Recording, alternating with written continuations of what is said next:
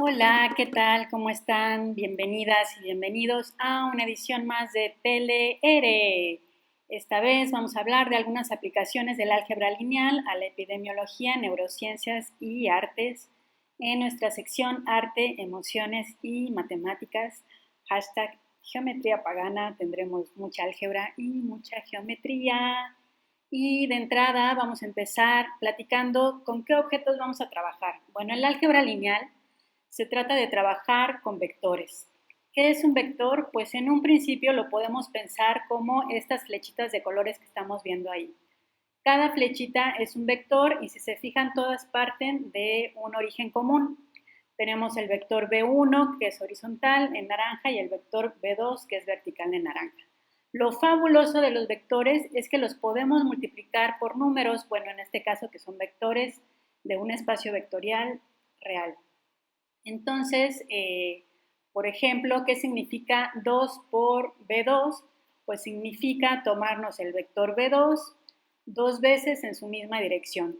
Y así nos queda la flechita azul que en realidad va desde ese origen común hasta la punta. También los podemos multiplicar por números negativos.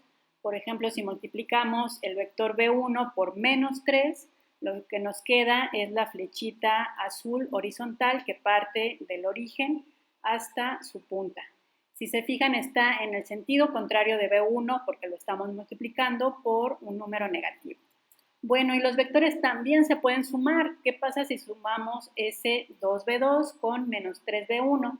Pues nos queda el vector menos 3B1 más 2B2 que está en verde. ¿Qué quiere decir esta escritura? Quiere decir que para llegar del origen común de los vectores hasta la punta de la flecha verde, tenemos que caminar 3 pasos en la misma dirección, pero en sentido contrario de B1, 1, 2, 3 pasos, y luego 2 pasos en la dirección y el sentido de B2. Y así llegamos desde el origen hasta la punta de la flecha verde. Por ejemplo, el otro vector rosa, ¿cómo tenemos que caminar siguiendo las direcciones de B1 y B2 para llegar desde el origen hasta la punta del vector rosa? Pues fíjense, tenemos que caminar 2 pasos y medio en el sentido y la dirección de B1 y luego medio paso en el sentido y la dirección de B2. Eso quiere decir que el vector rosa lo podemos escribir como 2.5 B1 más 0.5 B2. Escribir los vectores de esta manera se llama escribirlos como combinación lineal. Es decir, estamos escribiendo el vector verde como combinación lineal de los dos vectores naranjas. Resulta que cualquier flecha en el plano, cualquier flecha que parta del origen común, se puede escribir como combinación lineal de los vectores B1 y B2. Esto hace de B1 y B2 una base del plano. Bueno, si se fijan, el vector verde de alguna manera se puede descomponer en los dos vectores azules, es decir, la información que contiene el vector verde se puede poner como combinación de la información que contiene el vector azul horizontal y el vector azul vertical.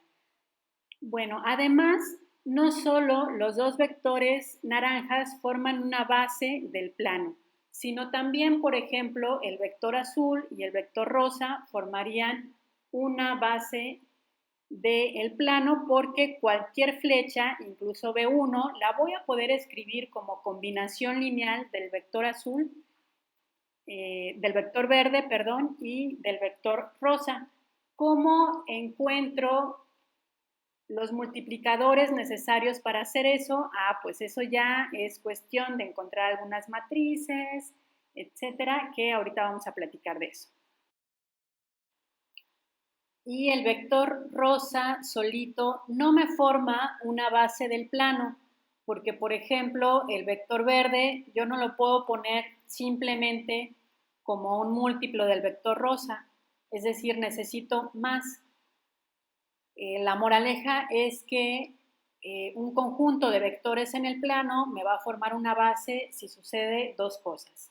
Si Cualquier otro vector lo puedo poner como combinación lineal de vectores de ese conjunto, pero además no me sobran vectores, en el sentido de que yo a fuerzas necesito usar todos esos vectores del conjunto para poder escribir cualquier otra flecha como combinación lineal de estos.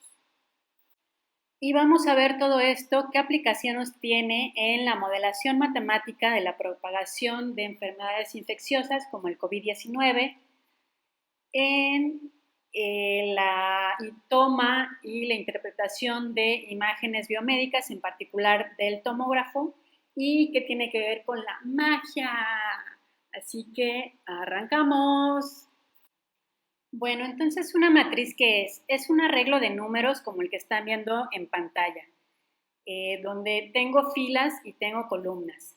Esta matriz en particular es una matriz que mide el contacto que una persona tiene con otras personas a lo largo de un día en el Reino Unido.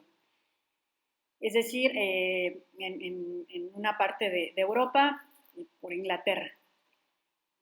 Bueno, estos números que están viendo son una medida de con cuántas personas interactúa en un día una persona, digamos, promedio en el Reino Unido. Y no solo nos dice eso, sino de qué edad son las personas con las que está entrando en contacto. Las barras azules que están viendo simplemente nos dicen, por ejemplo, que alguien de alrededor de 15 años interactúa con alrededor de 15 personas al día, pero la matriz nos está dando más información, nos la está descomponiendo de esas 15 personas, cuántas son bebés de 0 a 4 años, cuántos son niños, cuántos son adolescentes, cuántos son adultos entre 40 y 45 años, cuántos son ancianos. Entonces, una información que nos está dando una barra azul, la columna o una fila de la matriz nos está descomponiendo esa barra y nos está dando aún más información, diciéndonos no solo con cuántas personas se interactúa, sino la edad de esas personas. Estos datos son promedios, los usaron para modelar enfermedades infecciosas en el Reino Unido. Explicarlo está un poquito complicado porque usa estadística ya más acá, pero quédense con eso. Es una medida de con cuántas personas interactúa alguien de determinada edad y además qué edades tienen esas personas con las cuales está interactuando. Si queremos estudiar enfermedades infecciosas en México, pues tendríamos que calcular la matriz correspondiente, porque esta matriz pues no nos va a servir porque las interacciones en el Reino Unido, en general en Europa, pues son muy distintas por la cultura, etcétera, que en México. Entonces, esto hay que ponerlo en su contexto, esto es para Reino Unido. Bueno, y para entender un poquito mejor esto de las matrices, de contacto, etcétera, vamos a suponer ahora que tenemos 3 tipos distintos de poblaciones. El primer grupo van a ser terrícolas, el segundo grupo van a ser saillanos, y entonces vamos a formar una matriz de interacciones entre los terrícolas y los saillanos. Ahí están dibujados los terrícolas y los saillanos, y hay una flecha entre un terrícola y un saillano si estos han tenido interacción.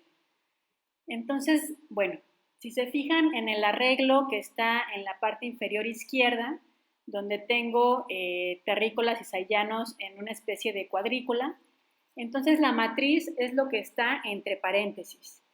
Y si se fijan, tengo 4 terrícolas distintos numerados de 1, 2, 3, 4 y tengo 3 saillanos igual numerados como 1, 2, 3.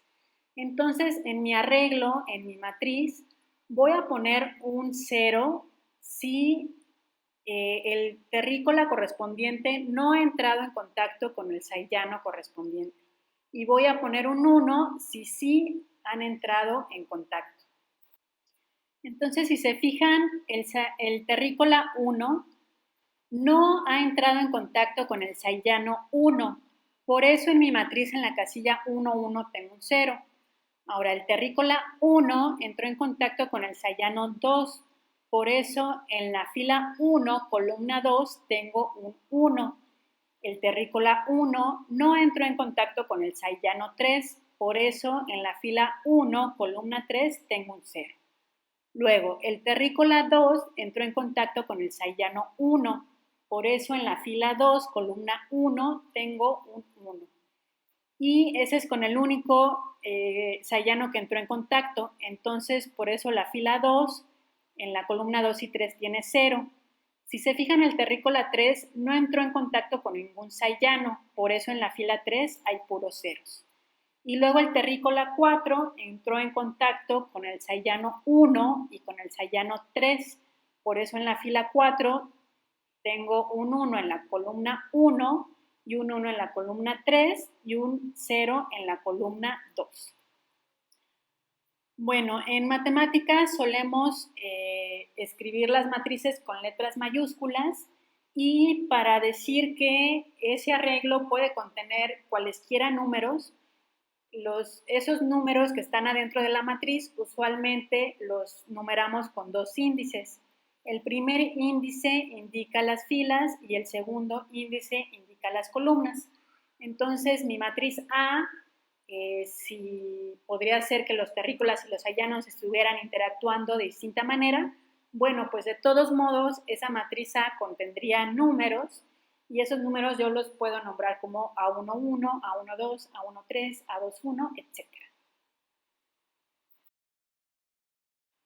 Bueno, ahora vamos con el grupo 2 y 3. El grupo 2 es el de sayanos y el grupo 3 el de super sayanos. Y voy a armar su matriz de contacto, que le voy a llamar distinto, le voy a llamar B, porque pues es una matriz distinta. Ahí están los sayanos y los super sayanos. Si se fijan, tenemos 3 sayanos, otra vez numerados como 1, 2, 3, y 2 super sayanos numerados como 1 y 2. Y ahora, ¿qué pasa? Que el sayano 1 no está entrando en contacto con ningún super sayano, por eso en la matriz, en la fila del sayano 1, pues hay puros ceros porque no entra en contacto ni con el super sayano 1 ni con el super sayano 2.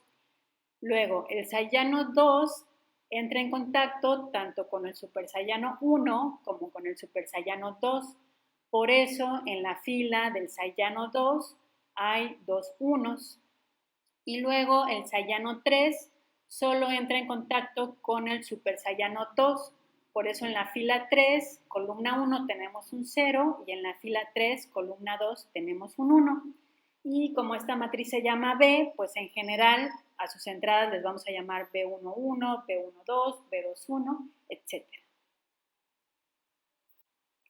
Bueno, y como ustedes saben, esto de estudiar los contactos pues es muy útil para modelar, para entender enfermedades que se transmiten de persona a persona, como la que nos tiene vueltos locos y locas en este momento. Pero además de los contactos directos, pues es importante estudiar los contactos indirectos. Por ejemplo, aunque los terrícolas no estén interactuando directamente con los super saiyines, pues sí están interactuando indirectamente vía los contactos con los sayanos. Entonces, pues vamos a rastrear eso. Por ejemplo, indirectamente el terrícola 1 entra en contacto con ambos super sayanos vía el contacto del sayano 2. ¿Cómo le hacemos para saber esto? Bueno, pues algo que es mágico, it's magic, es que las matrices se pueden multiplicar. ¿Cómo multiplico matrices? Bueno, pues si alguien no tiene idea, lo que tiene que hacer ahorita es detener este video y buscar la página de Wikipedia de matrices y cómo se multiplican. Ahí está muy bien explicado. Bueno, ya que repasaron la multiplicación de matrices, vamos a recordarla brevemente. Ahí tenemos nuestra matriz A y nuestra matriz B y las vamos a multiplicar. No se vale cambiar el orden. Aquí el orden de los factores sí va a alterar el producto. De hecho, ni siquiera vamos a poder multiplicar B por A, solo podemos multiplicar A por B. Bueno, entonces de la primera matriz, que es la A, los vamos a fijar en sus filas. Y de la segunda matriz, que es la B, nos vamos a fijar en sus columnas. Si se fijan, las entradas de las filas de A son 3. Por ejemplo, en la primera fila tengo 3 números, 0, 1, 0. Y las entradas de las columnas de B también son 3. Por ejemplo, en la primera columna de B tengo los números 0, 1, 0. Y en la segunda columna de B tengo los números 0, 1, 1. Entonces, lo que vamos a hacer es multiplicar fila por columna. Entonces, para sacar la entrada 1, 1 de la matriz resultante, me tengo que fijar en la fila 1 de la matriz A y la columna 1 de la matriz B e ir multiplicando, emparejando entrada por entrada. Entonces, ¿listos? Vamos a hacerlo. Fila 1 de A contra columna 1 de B. Entonces, arrancamos 0 por 0, más 1 por 1, más 0 por 0. Y el resultado de eso, que es 1, me va a dar el lugar 1, 1 de mi matriz producto. Luego, ¿cómo saco el lugar 1, 2 de mi matriz producto? Pues tengo que tomar la fila 1 de A contra la columna 2 de B. ¿Listos? Arrancamos. 0 por 0, más 1 por 1, más 0 por 1. El resultado de eso es 1, que va en la fila 1, columna 2 de... Bueno, pongan pausa a este video y háganlo con calma en su libreta. Revisen la página de Wikipedia donde explica la multiplicación de matrices y una vez hecho eso verán que la matriz que resulta de multiplicar A y B es la matriz C que está ahí. Y si se fijan, sí corresponde a los contactos indirectos. Por ejemplo, el terrícola 1 dijimos que entra en contacto indirecto con los dos supersayanos. Por eso en la fila 1 de la matriz C tenemos dos unos. Luego, si se fijan, el terrícola 2 solo entra en contacto con el sayano 1 y luego el sayano 1 ya no entra en contacto con los supersayanos. Entonces, el terrícola 2 no tiene ningún contacto indirecto con los supersayanos, por eso en la fila 2 de la matriz C tengo puros ceros. El terrícola 3 pues no entra en contacto con nadie, entonces en la fila 3 de la matriz C pues tengo puros ceros. Y el terrícola 4 entra en contacto indirectamente con el supersayano 2, pero no entra en contacto indirecto con el supersayano 1. Por eso, en la fila 4 de la matriz C, en la columna 1 tengo un 0 y en la columna 2 tengo 1. Oh, it's magic.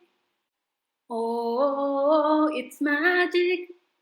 You know. Entonces, la moraleja es que la matriz de contactos indirectos la puedo obtener multiplicando las matrices de contactos directos. ¡Wow! ¡Qué fabuloso, Eren! Dirá, ¿hay más aplicaciones fabulosas del álgebra lineal? Qué bueno que lo preguntan, porque sí que las hay. Bueno, ahora no voy a detallar tanto, voy a pasar las cosas más rápido. Aquí les voy a platicar algo que es el principio del análisis de datos en general. Cuando tenemos datos ya sean médicos o de la biología, etcétera, muchas veces queremos ajustar linealmente, es decir, ver si existe alguna línea alrededor de la cual estén mis datos. Este esquema muestra algunos datos ficticios que están marcados por puntos verdes y en la imagen de arriba está la recta roja. ¿Qué pasa si yo proyecto los puntos verdes en esa recta roja? Pues esos puntos rosas que me quedan en la recta roja me van a decir algo de los puntos verdes, me van a dar cierta información, pero voy a perder otra información. Los puntos rosas me dan la información de qué tengo que hacer para llegar al punto verde, cuántos pasos horizontales tengo que dar. Pero luego para llegar al punto verde necesito dar unos pasos verticales que están marcados por la línea punteada. Entonces, si yo me quedo con la información de los puntos verdes, solamente pues voy a perder esa información que contienen las líneas punteadas. ¿Qué tal si hay una manera mejor de proyectar sobre una recta sin perder tanta información? Pues eso es justo lo que está pasando si yo en lugar de dejar la recta roja horizontal, tomo la imagen de abajo. Si se fijan, ahora los puntos rosas me están dando mucha más información de los puntos verdes porque estoy perdiendo menos información a la hora de proyectarlos. Pero ahora la pregunta es, ¿cómo sé que esa recta roja que elegí es la mejor? Y la respuesta está dada en Wikipedia. Les voy a poner ahí en la descripción del video la explicación que a mí me gusta. Es la mejor explicación que yo he encontrado. Y involucra un poco de cálculo, pero sobre todo mucho manejo de matrices. Entonces, sí hay una manera de encontrar la mejor recta y eso involucra multiplicar matrices y hacerle otras transformaciones. Un contexto donde se usa mucho esto de los ajustes lineales es en la toma y análisis de imágenes biomédicas. Vamos a platicar un poquito del caso del tomógrafo. Entonces, imaginen que ustedes por alguna razón necesitan hacerse una tomografía del cerebro. Eh, ¿Cómo funciona el tomógrafo? No lo vamos a discutir aquí, pero el tomógrafo no es una cámara fotográfica. El tomógrafo ya no es como esas cámaras que usaban sus papás o los abuelitos o los chavorrucos en nuestra infancia, que de verdad era una lámina fotosensible donde la luz dejaba una huella. El tomógrafo ya no es así, el tomógrafo es otra cosa. En realidad, las imágenes que recolecta el tomógrafo son como lo que están viendo ustedes en la parte inferior a la izquierda. Eso es lo que el tomógrafo le escupe, digamos, a los médicos o a los científicos. ¿Cómo le hacen las científicas y los científicos para darnos a nosotros una imagen de nuestro cerebro?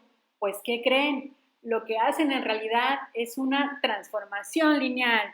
Lo que está pasando es que están encontrando un cambio de base apropiado que nos transforma la información que está descrita en cierta base K1 y K2 en esa misma información, pero ahora escrita de distinta manera, escrita en una base que para nosotros ya es entendible como una imagen, ¿no? Entonces, bueno, aquí se está usando muchísimo lo del cambio de base y unos cambios de base así súper cool que se llaman transformada de Fourier. Y ahorita vamos a ver un poco más de lo que es eso. Bueno, entonces vamos a platicar un poco de la transformada de Fourier. Podemos tener en mente el sonido, porque para reproducir sonido y grabarlo de forma digital, a fuerzas, en algún punto se usa transformada de Fourier. Entonces, seguramente ustedes han visto representaciones de las ondas sonoras, de la música, etcétera, como las imágenes que estamos viendo ahora. Entonces, imagínense eso. Imagínense que la función esa azul que estamos viendo viene de el análisis de cierto sonido. Entonces, acuérdense que dijimos al principio que el vector verde se podía descomponer se podía escribir como combinación lineal de los dos vectores naranjas. Ahorita vamos a hacer exactamente lo mismo, pero ahora con funciones. ¡Wow! Esa función azul la vamos a descomponer como combinación lineal de la función verde y de la función roja. Eso quiere decir encontrar ciertos multiplicadores o coeficientes que con la magia de la televisión yo ya tengo aquí, ¿no? Entonces, la función verde es seno de 148 grados por x y la función roja es simplemente seno de x. Y luego la función azul se puede poner como combinación lineal de esas dos. Queda como menos 3.1 seno de 148 grados por x más 1.3 por seno de x. Y la transformada de Fourier es básicamente lo que estamos haciendo ahorita, descomponer ciertas señales como combinación de señales más sencillas que se pueden modelar simplemente con funciones sinusoidales. ¡Wow! Despacio, cerebrito. ¿Qué está pasando? ¿Qué está pasando? Bueno, está pasando que ahora nuestros vectores no son flechas, sino nuestros vectores son funciones. Estas funciones, como dijimos, se pueden multiplicar por números, se pueden sumar y entonces también se pueden multiplicar por negativos y sumarlos, lo cual querría decir restar funciones. Entonces aquí tengo la misma función azul que tenía hace rato y tengo la función pero multiplicada por -1, que es la función color lila. Y bueno, si sumamos algo y es un negativo, ¿qué es lo que nos da? Pues nos da 0. En este caso, si sumamos la función azul con la función lila, pues el resultado nos va a quedar la función 0. Ahora imaginen eso en el contexto del sonido.